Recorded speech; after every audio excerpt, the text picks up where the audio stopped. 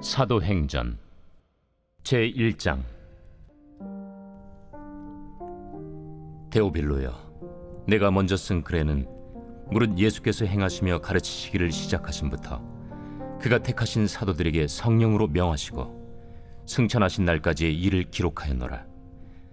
그가 고난받으신 후에 또한 그들에게 확실한 많은 증거로 친히 살아계심을 나타내사 40일 동안 그들에게 보이시며 하나님 나라의 일을 말씀하시니라. 사도와 함께 모이사 그들에게 분부하여 이르시되, 예루살렘을 떠나지 말고 내게서 들은 바 아버지께서 약속하신 것을 기다리라. 요한은 물로 세례를 베풀었으나 너희는 몇 날이 못 되어 성령으로 세례를 받으리라. 그들이 모였을 때 예수께 여쭈어 이르되, 주께서 이스라엘 나라를 회복하심이 이때니이까? 때와 시기는 아버지께서 자기의 권한에 두셨으니 너희가 알 바 아니요, 오직 성령이 너희에게 임하시면 너희가 권능을 받고 예루살렘과 온 유대와 사마리아와 땅 끝까지 이르러 내 증인이 되리라.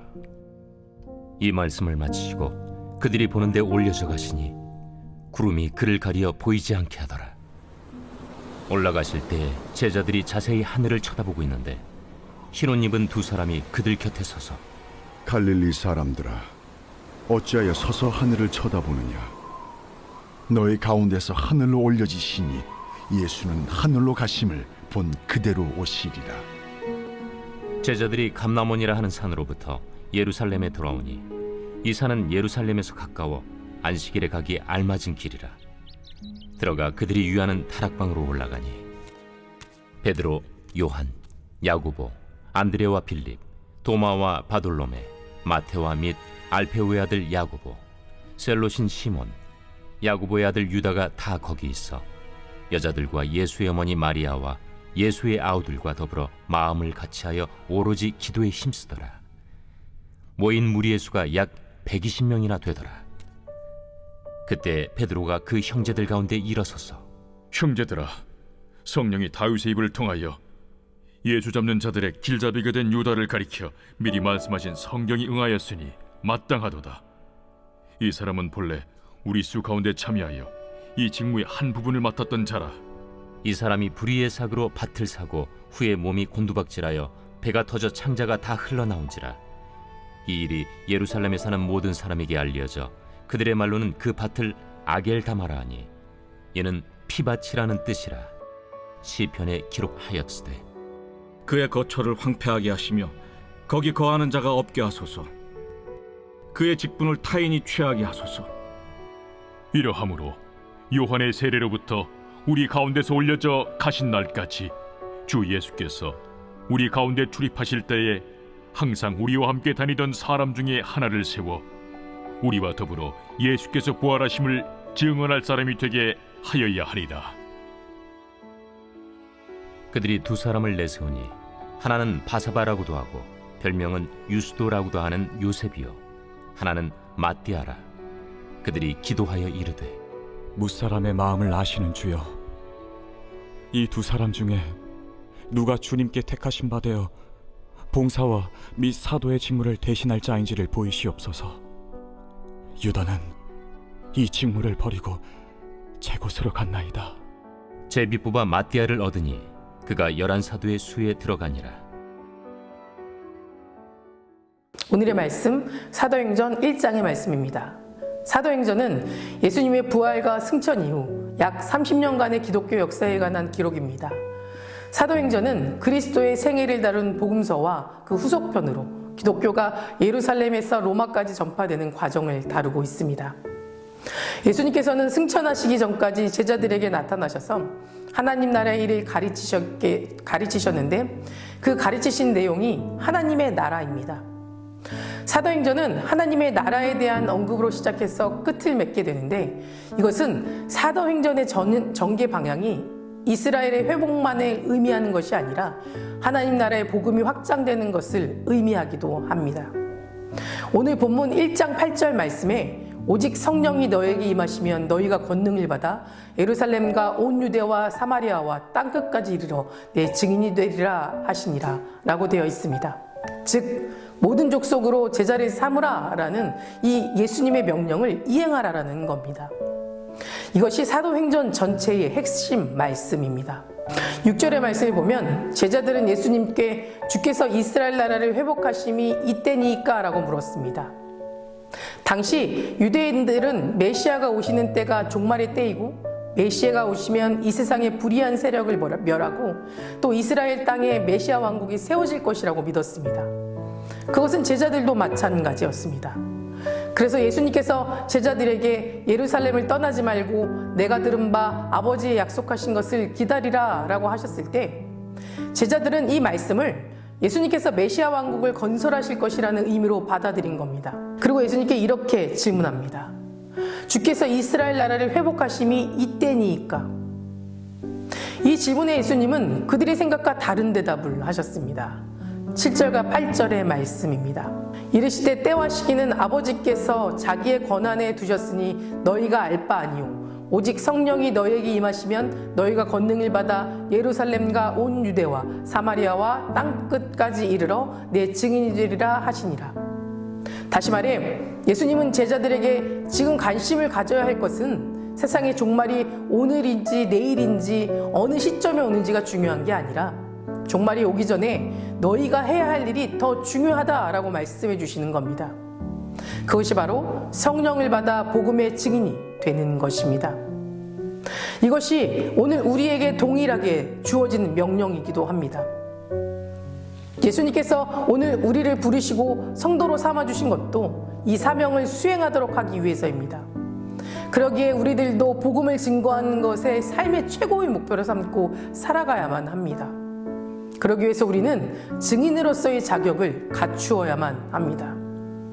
그 첫 번째가 미워하는 마음을 버려야 합니다. 본문을 보면 예수님은 예루살렘에서부터라고 되어 있습니다. 예수님의 증인이 되리라 라고 말씀하셨던 곳이 예루살렘입니다. 예루살렘은 예수님을 대적하고 십자가에 못 박힌 사람들이 사는 곳입니다. 그런데 그곳에서 복음을 전해야 한다는 것은 죽을 만큼 하기 싫은 일이었을 겁니다. 하지만 제자들은 예수님을 십자가에 못 박으라고 소리치던 백성들에게 생명의 복음을 전했습니다. 우리 또한 그리스도인으로서의 참된 증인이 되려면 바로 이러한 자세를 배워야 합니다. 그것이 바로 그리스도인의 참된 증인의 자세인 겁니다. 두 번째는 편견을 버려야 합니다. 예수님은 사마리아에도 복음을 전하고 땅끝까지 이르러 주님의 증인 사역을 감당하라고 하셨습니다. 사마리아 사람들은 유대인에게 이방인과 같은 존재였고 그들을 마치 개처럼 여겼습니다. 또 땅끝은 이방인을 의미합니다. 당시 유대인들에게 이방인은 하나님의 율법도 모르고 온갖 우상을 섬기며 죄악과 불의를 자행하는 죄인이라고 여겼습니다.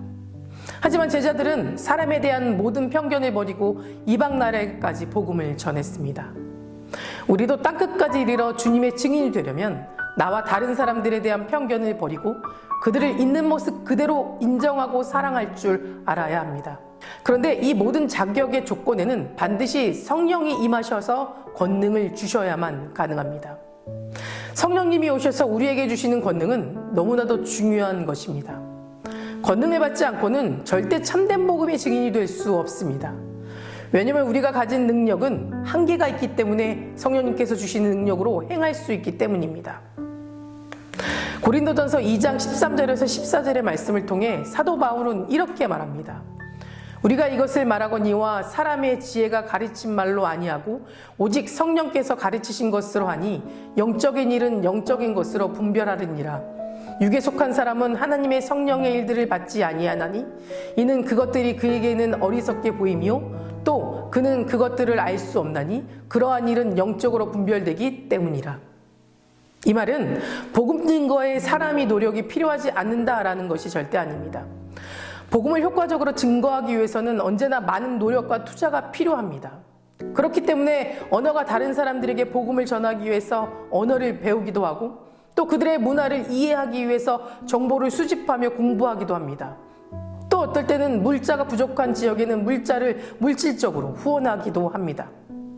하지만 그런 것들은 어디까지나 부수적인 것입니다. 아무리 유창하게 말을 잘하고 문화의 소통이 잘 되고 물질을 채워주면서 친밀한 관계를 맺는다 할지라도 성령께서 주시는 권능이 없다면 그들이 전하는 복음은 윤리적, 도덕적 교훈으로 끝나게 되는 것입니다.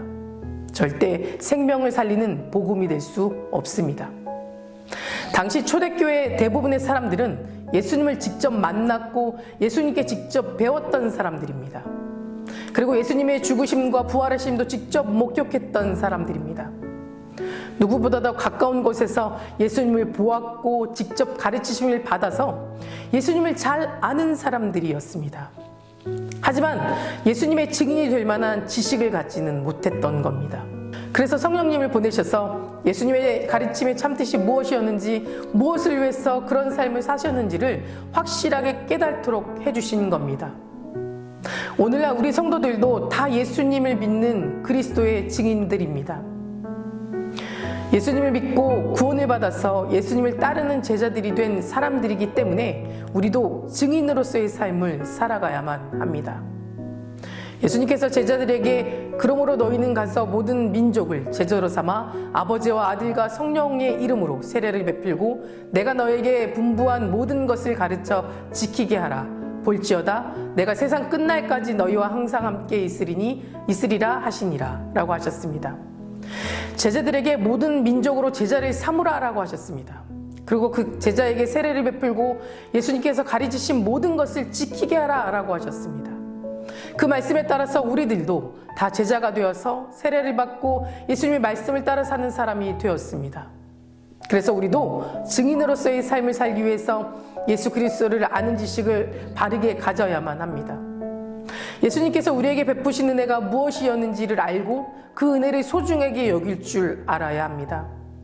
예수님께서 주신 구원의 은혜, 죄사함의 은혜, 영원한 생명을 주시는 은혜, 하나님의 자녀가 되게 하셔서 영원한 하나님 나라를 상속받게 해주시는 그런 은혜를 바르게 알아야만 합니다. 사랑하는 성도 여러분, 우리 모두 진정으로 주님의 증인이 되기를 원한다면, 생명의 복음을 전하는 증인이 되기를 원한다면 먼저 하나님께 성령을 부어달라고 기도하시기 바랍니다. 성령께서 주시는 권능을 달라고 기도하시기 바랍니다. 그래서 성령께서 가르치시는 말로 복음을 전해보시기 바랍니다. 그렇게 될 때 우리들은 비로소 땅끝까지 바라보며 기도하고 생명의 복음을 전하는 진정한 하나님의 일꾼이 될 수 있을 것입니다. 가까운 곳에서부터 먼 곳에 있는 사람들에게까지 항상 복음을 전하며 살아가고 있는 저와 여러분 되시길 간절히 기도합니다. 다 같이 기도하시겠습니다. 오늘은 화요일입니다. 화요일의 공동기도 제목은 코로나의 종식을 위해서 함께 기도하겠습니다. 코로나로부터 성도님들의 건강을 지켜달라고 기도해 주시고 코로나부터 자유하게 되고 또 예배 자리에 담대히 나올 수 있도록 함께 기도해 주시기 바랍니다. 자비로우신 하나님 아버지, 이 새벽 시간 주님께 나와 기도하게 하심에 감사합니다. 우리의 삶이 세상을 살아가면서 예수님의 제자의 삶으로 살아가길 원합니다. 땅끝까지 이르러 내 증인되리라 하신 그 명령에 힘써 지키며 살아가게 하시옵소서. 예수님의 말씀의 참뜻이 무엇인지 잘 분별하며 삶으로 행동하고 전하며 살아가게 인도하여 주시옵소서. 특별히 코로나가 하루속히 종식되게 하시옵고 어려운 시간 중에도 믿음 잃지 않고 주님 붙잡고 이겨낼 수 있도록 지켜주시옵소서. 코로나로부터 교회와 성도님들의 삶을 지켜주시고 더욱 하나님의 말씀을 붙잡고 예배하는 믿음의 성도들 될 수 있도록 우리의 믿음을 회복시켜 주시옵소서. 담임 목사님 말씀 선포하실 때마다 은혜 먼저 가득 채워주시고 선포하시는 말씀을 듣는 모든 성도님들의 마음이 열리고 그 말씀 붙잡는 귀한 역사가 일어나게 하여 주시옵소서. 다음 세대 아이들 믿음을 지켜 주시옵소서. 그 아이들이 말씀을 붙잡고 기도하는 아이들 되게 하시고 말씀을 이정표를 삼아 인생의 길잡이로 삼고 그 말씀만을 붙잡고 살아가게 하여 주시옵소서. 암으로 치유받고 있는 박재순 권사님, 유은영 권사님, 김시아 권사님, 이용숙 권사님, 이명숙 권사님, 오유미 성도님, 이동춘 성도님, 박세현 청년, 유경미 청년, 주님 끝까지 붙잡고 하나님 붙잡고 기도하길 원합니다. 하나님 소망 가운데 치유하여 주시옵소서. 투석 중인 성도님들, 사고로 입원 중인 성도님들 힘을 주시고 우울증 공황장애 불면증 겪고 있는 성도님들에게는 위로함을 더하여 주시옵소서. 새벽마다 1000번째 드리며 간구하는 기도 제목에 응답하여 주시길 간절히 소망하며 모든 말씀 예수 그리스도의 이름으로 기도드립니다. 아멘.